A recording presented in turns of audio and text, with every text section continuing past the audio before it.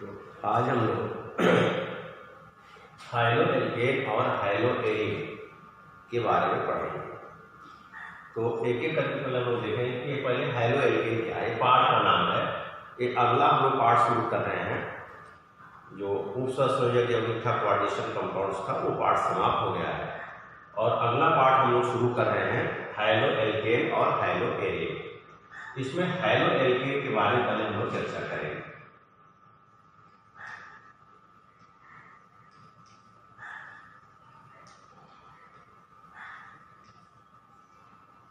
High-low alkanes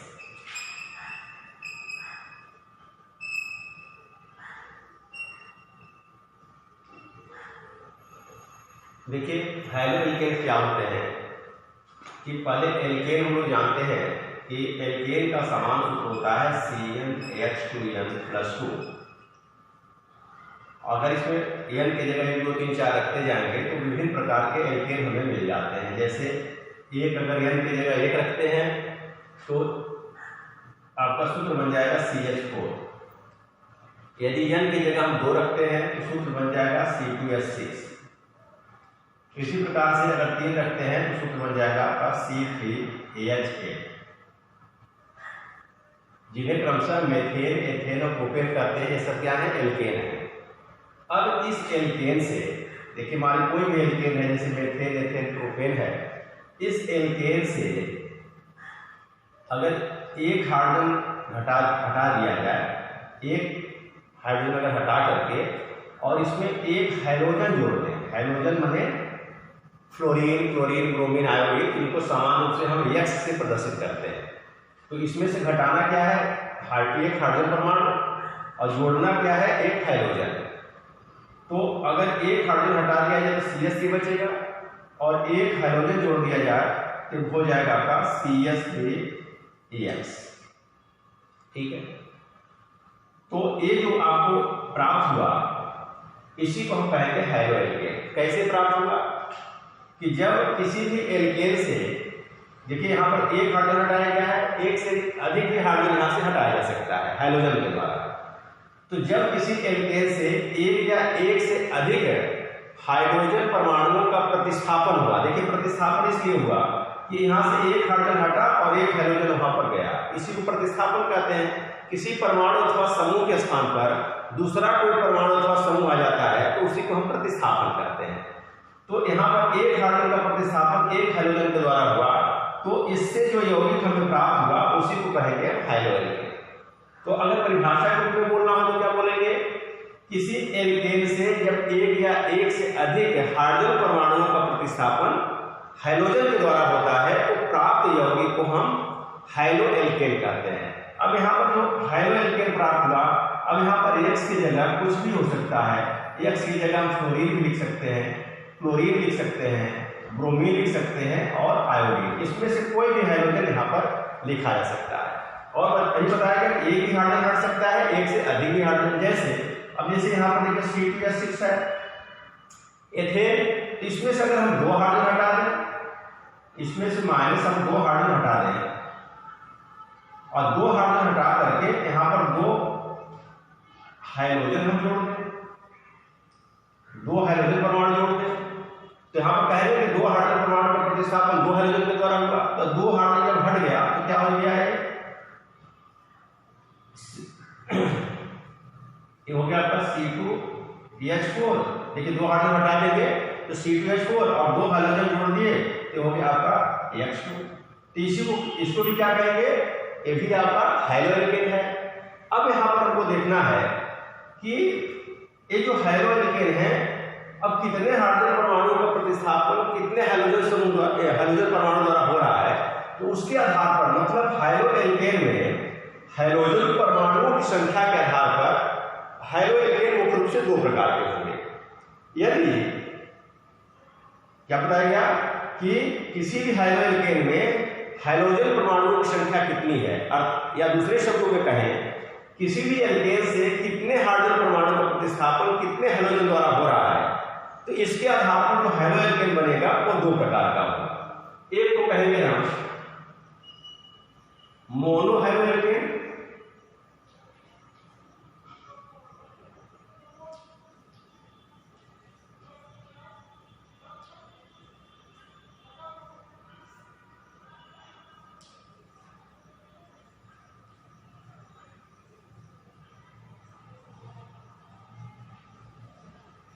एक को कहेंगे हम मोनो हैलो एल्केन और दूसरे को कहेंगे हम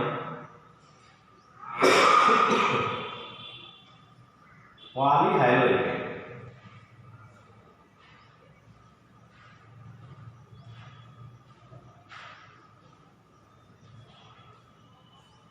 दूसरे को कहेंगे हम पॉली हैलो एल्केन।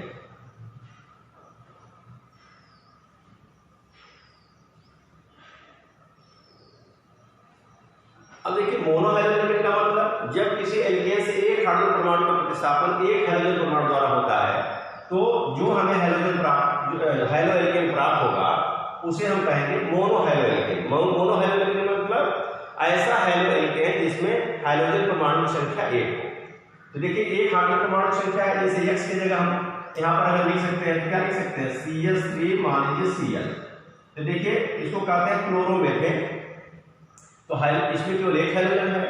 और पॉली हैलोजन का मतलब क्या है, वो पॉली का कहीं भी पॉली शब्द आए POLY, पॉली का मतलब होता है बहुत। मतलब ऐसा हैलो एल्केन जिसमें हाइड्रोजन परमाणु की संख्या एक से अधिक हो।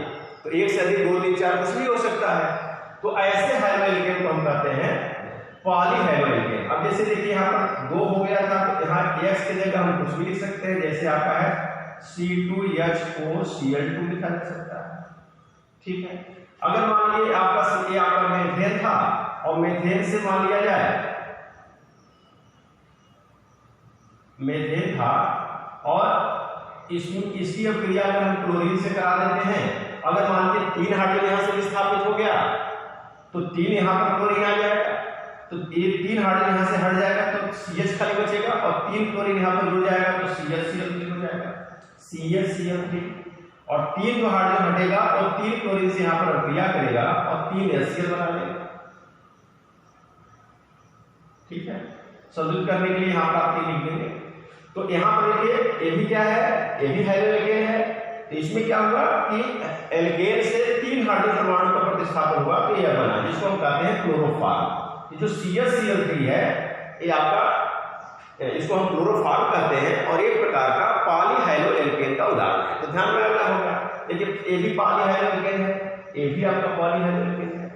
अगर मान लीजिए चारों हाइड्रोजन यहां से निकल जाते हैं, मान लीजिए चारों हाइड्रोजन यहां से निकल करके और यहां पर 4 क्लोरीन जुड़ जाएगा, मान लीजिए 4 क्लोरीन परमाणु यहां पर जुड़ जाए तो इसको हम क्या कहेंगे, जो बनेगा उसको कहेंगे CCl4।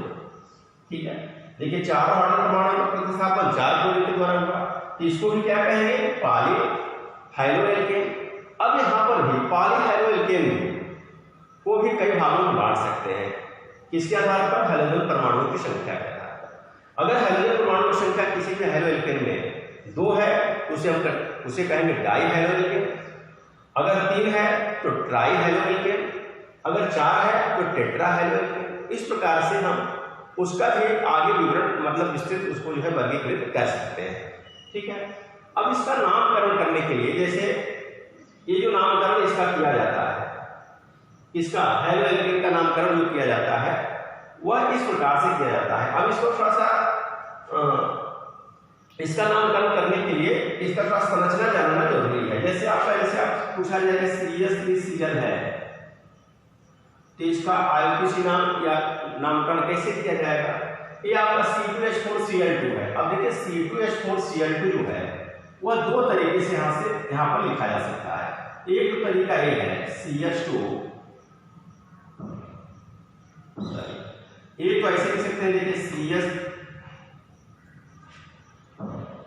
CH3 और CCl2। देखिए 2 कार्बन C2 CHCl2, देखिए 2 कार्बन C2 हो गया और 3 और 1 4 हाइड्रोजन C2H4 और HCl2 हो गया। तो इसको हम ऐसे भी लिख सकते हैं या इसका थोड़ा विस्तारित रूप मतलब ऐसे लिखेगा, जैसे CH3 है इसको हम कैसे लिखेंगे, C हो गया CH हो गया, ये 2 क्लोरीन जो है इसी कार्बन से जुड़ा हुआ है, यहाँ पर हम Cl लिख सकते हैं, यहाँ भी Cl लिख सकते हैं। तो इसी का हम संरचना सूत्र लिख दिए। और दूसरा जो है इसी को हम ऐसे भी लिख सकते हैं, जैसे CH2 एक क्लोरीन यहाँ जुड़ गया और एक क्लोरीन यहाँ जुड़ गया। है कि नहीं। लेकिन जो C2H4Cl2 था, C2H4Cl2, इसको हम ऐसे भी लिख सकते हैं और ऐसे भी लिख सकते हैं, है कि नहीं। मतलब क्या कि ये दोनों क्लोरीन एक ही कार्बन से जुड़ सकते हैं और ये दोनों क्लोरीन जो है वह दो अलग अलग कार्बन परमाणु से जुड़ सकते हैं। तो अब इसका नामकरण करने के लिए अब इसको देखिए, हम इसकी नंबरिंग कर देते हैं कितने कार्बन है। 1 2 कार्बन है, तो पहले कार्बन पर देखिए 2 क्लोरीन है, इसको कहते हैं 1 1। देखिए पहले कार्बन पर 2 क्लोरीन है, इसको कहेंगे 1 1 और इसको कहेंगे डाइक्लोरो। और कार्बन की संख्या कितनी है 2, तो 2 किसका कौन सा एल्केन होता है, 2 कार्बन वाला, वो एथेन होता है। इसका नाम हो जाएगा 1 1 डाइक्लोरोएथेन। अगर ये नामकरण यहां पर हम देखें तो देखिए यहां पर पहला कार्बन है, दूसरा कार्बन है। देखिए पहले कार्बन में क्लोरीन है और यहाँ पर दूसरे कार्बन में क्लोरीन है, तो इसका नामकरण जब करेंगे तो 1 2 बोलेंगे। जैसे यहाँ पर एक ही कार्बन का दोनों था तो 1 1 बोलेंगे, यहाँ पर पहले और दूसरे दोनों पर है तब यहाँ क्या बोलेंगे 1 2 डाइक्लोरोएथेन।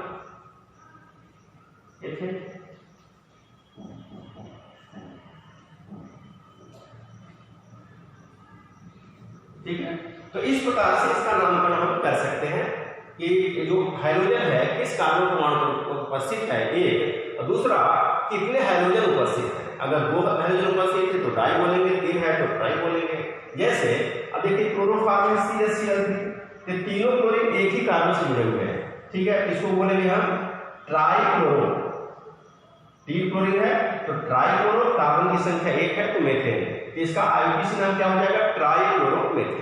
ठीक है, तो एक अब से हम जो डाइक्लोरोएथेन यहाँ पर लिखा गया है, तो इसको थोड़ा सा हम लोग समझेंगे कि जो डाइहाइड्रोएल्केन होते हैं, जो डाइहाइड्रोएल्केन होते हैं वह जो है मुख्य रूप से 3 प्रकार के होते हैं। एक होता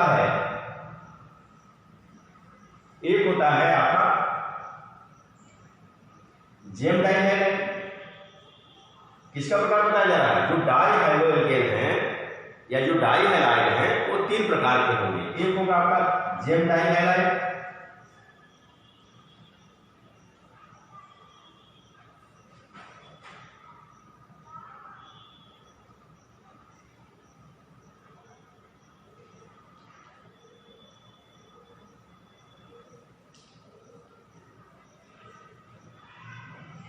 अब देखिए जेम डाइहैलाइड। दूसरा है आपका विशनल डाइहैलाइड।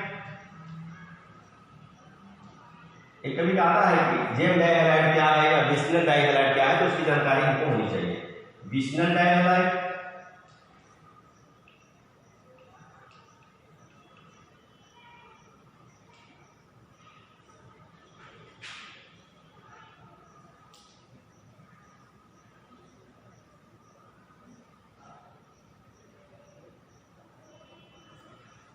और तीसरा होता है अल्फा ओमेगा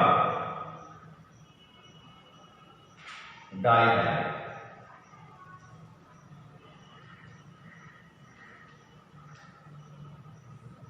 अब देखिए तीनों का एक उदाहरण दे रहे हैं। एक उदाहरण है जिसको मैं मिटा दे रहा हूं, तीनों का एक ही का एक उदाहरण देखिए तो समझ में आ जाए। देखिए डाइहैलाइड के 3 उदाहरण ले रहे हैं। एक आपका उदाहरण ले रहे हैं, देखिए CH3 CH Cl और यहां पर Cl। दूसरा उदाहरण ले रहे हैं CH2 CH2 Cl और Cl। तीसरा उदाहरण ले रहे हैं CH2 CH2 CH2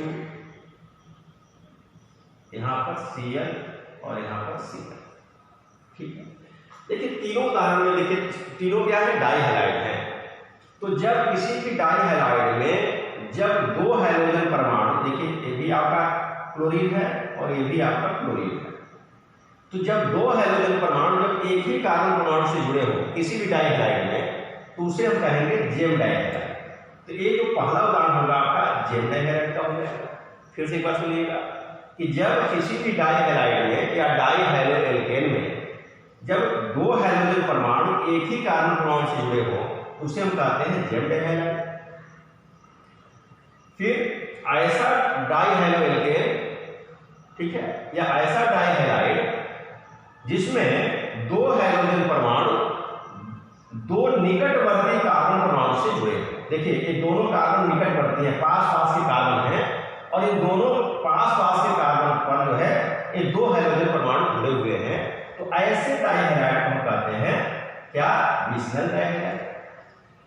ध्यान रखना, जब दो निकटवर्ती कार्बन पर दो हाइड्रोजन परमाणु उपस्थित होते हैं तो ऐसे डाइहैलाइड को कहते हैं हम विशनल डाइहैलाइड। ठीक है। और तीसरा, जब ये कार्बन की श्रृंखला आप देख रहे हैं, कार्बन श्रृंखला देख रहे हैं, तो जब कार्बन की श्रृंखला में 3 या 3 से अधिक कार्बन हो, जैसे यहाँ पर 1, 2, 3 कार्बन, और भी उदाहरण ले सकते हैं, जैसे हमारे 4 भी हो सकता है, 4 भी हो सकता है,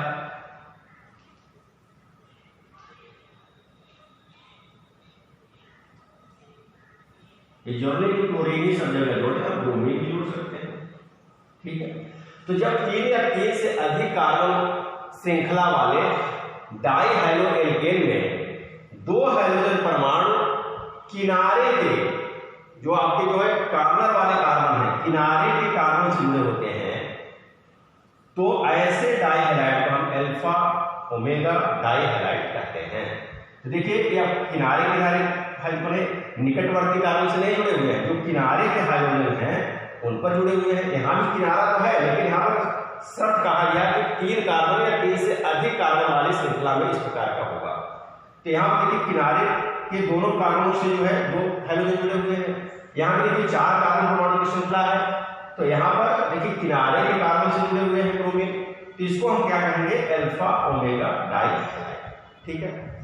अब इसका नामकरण अगर करना चाहे, देखिए 1, 2 पहले पर है 1,1 डाइक्लोरोएथेन, 2 कार्बन है, यहाँ पर 1,2 डाइक्लोरोएथेन, 1, 2, 3 पहले पर और तीसरे पर है, तो इसका नाम क्या हो जाएगा? 1,3 डाइक्लोरोप्रोपेन।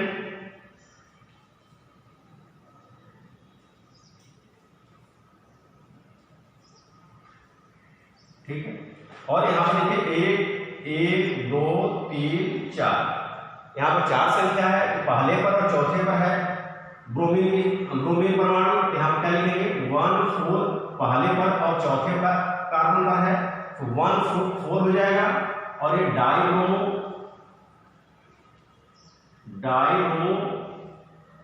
और कार्बन की संख्या 4 है, तो आपका ब्यूटेन हो जाएगा, डाइब्रोमो ब्यूटेन। तो इस प्रकार से हम लोग हाइड्रो एल्केन के बारे में पढ़ेंगे कि हाइड्रो एल्केन क्या है और हाइड्रो एल्केन के प्रकार कौन कौन से हैं। ठीक है। तो इसको वीडियो ध्यानपूर्वक देख करके और हम लोग नोट्स बनाएंगे। धन्यवाद।